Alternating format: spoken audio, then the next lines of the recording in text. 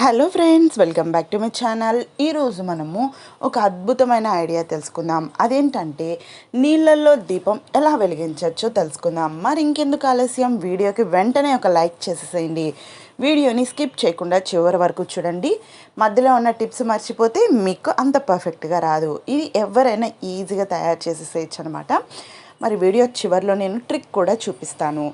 మరి ఇంకెందుకు ఆలస్యం, స్టార్ట్ చేసేద్దాం. ముందుగా వాటర్ నేను చూసారు కదా, మామూలు లోకల్ బాటిల్ వాటర్ తీసుకున్నాను అనమాట. వాటర్ బాటిల్ని ఇలా ఒక కప్లో వాటర్ తీసుకున్నాను.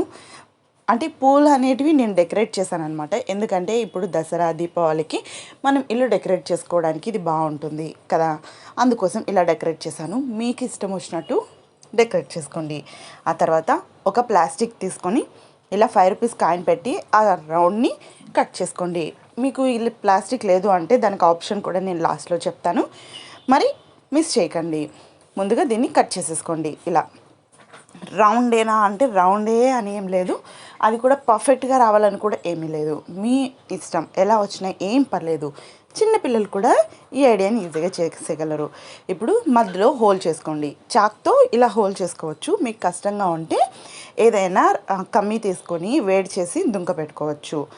ఇలా ఇప్పుడు మనకి ఒత్తులు ఉంటాయి కదా, దీపానికి పెట్టే ఒత్తులు, ఆ ఒత్తుల్ని మనం పెట్టిన దుంకలో నుంచి బయటికి తీసుకురావాలి. ఇలా చూసారా, ఇలా. ఇప్పుడు ఈ ఎక్స్ట్రాగా ఉన్న దూదిని కట్ చేసేయండి. ఎక్కువ అవసరం లేదు.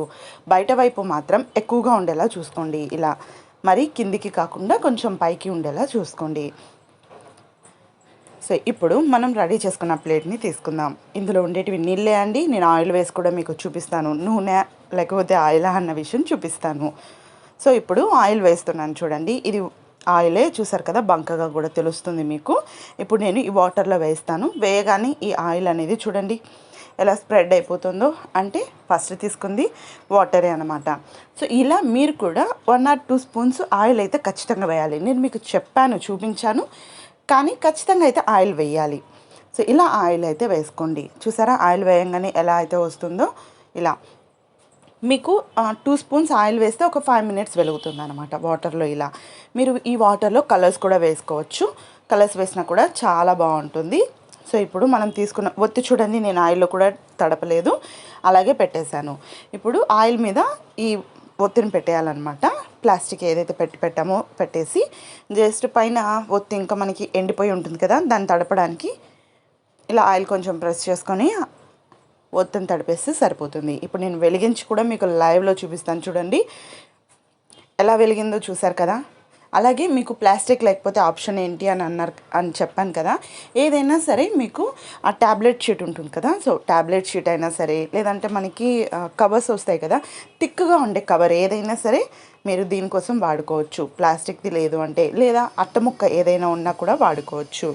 చూసారా, నేను ఇంకా 2-3 దీపాలు కూడా పెట్టాను ఇందులోనే. చూసారా, ఇది వచ్చి ట్యాబ్లెట్ షీట్ది కూడా పెట్టాను. ఎలా ఉంది ఐడియా, మీకు నచ్చిందా? అయితే లైక్ చేయడం మర్చిపోకండి. మరి మీ ఫ్రెండ్స్ అండ్ ఫ్యామిలీ మెంబర్స్కి షేర్ చేయండి, వాళ్ళకు కూడా ఈ ఐడియా అనేది యూజ్ అవుతుంది. ఇక్కడ చూసారా, ఆయిల్ అనేది మనకి అయిపోతుంది అనమాట. అయిపోయినప్పుడు కొంచెం వేసుకుంటే వెలుగుతూ చాలా అందంగా ఉంటుంది ఇల్లు అనేది చూడడానికి. మరి రేపు మరొక ఇంట్రెస్టింగ్ వీడియోతో రాబోతున్నాను. ఆ వీడియో మీరు చూడాలనుకుంటే సబ్స్క్రైబ్ చేసుకొని పక్కనే ఉన్న బెల్ బటన్లో ఆల్ ఆప్షన్ని క్లిక్ చేసేసేయండి.